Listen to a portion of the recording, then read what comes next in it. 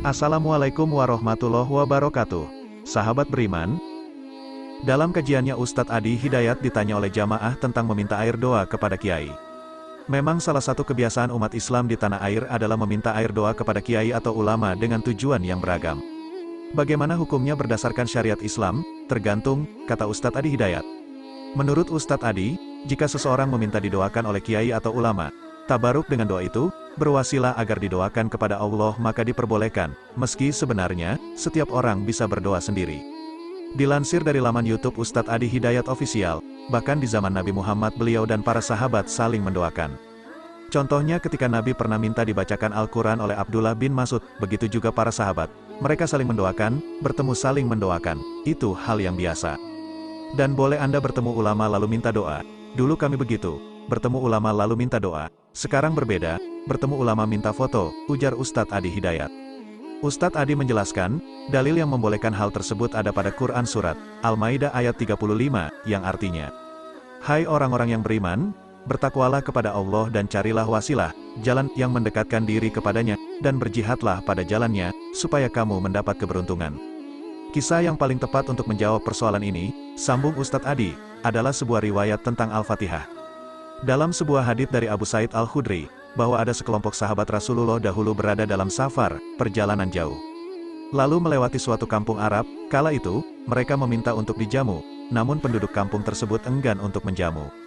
Penduduk kampung tersebut lantas berkata pada para sahabat yang mampir, "Apakah di antara kalian ada yang bisa meruqyah, melakukan pengobatan dengan membaca ayat-ayat Al-Quran, karena pembesar kampung tersebut tersengat binatang atau terserang demam?" Di antara para sahabat lantas berkata, "Iya ada." Lalu ia pun mendatangi pembesar tersebut dan ia meruqyahnya dengan membaca surat Al-Fatihah.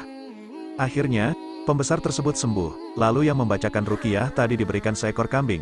Namun ia enggan menerimanya dan disebutkan, ia mau menerima sampai kisah tadi diceritakan pada Nabi Muhammad. Lalu ia mendatangi Nabi dan menceritakan kisahnya tadi pada beliau. Ia berkata, "Wahai Rasulullah, aku tidaklah meruqyah kecuali dengan membaca surat Al-Fatihah." Rasulullah lantas tersenyum dan berkata, "Bagaimana engkau bisa tahu Al-Fatihah adalah ruqyah?" Beliau pun bersabda, "Ambil kambing tersebut dari mereka dan potongkan untukku sebagiannya bersama kalian." Hadis riwayat, Bukhari nomor 5736 dan Muslim nomor 2201.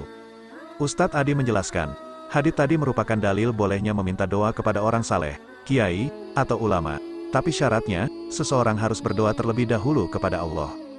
Karena Allah lebih senang kita meminta kepadanya dengan bahasa hati kita. Setelah itu kita berwasilah, minta doa dari orang saleh dan ulama. Jelas Ustadz Adi Hidayat. Itulah sedikit paparan mengenai bolehkah meminta air doa kepada kiai. Ini kata Ustadz Adi Hidayat, semoga menambah wawasan dan ketakwaan kita kepada Allah Subhanahu wa Ta'ala. Amin. Wallahu a'lam bishawab. Semoga kajian kali ini bermanfaat. Lebih dan kurangnya mohon dimaafkan. Yang benar datangnya dari Allah Subhanahu wa Ta'ala. Khilaf atau kekeliruan itu datangnya dari saya pribadi sebagai manusia biasa. Sampai ketemu di kajian seru yang penuh makna selanjutnya. Saya akhiri, wassalamualaikum warahmatullahi wabarakatuh.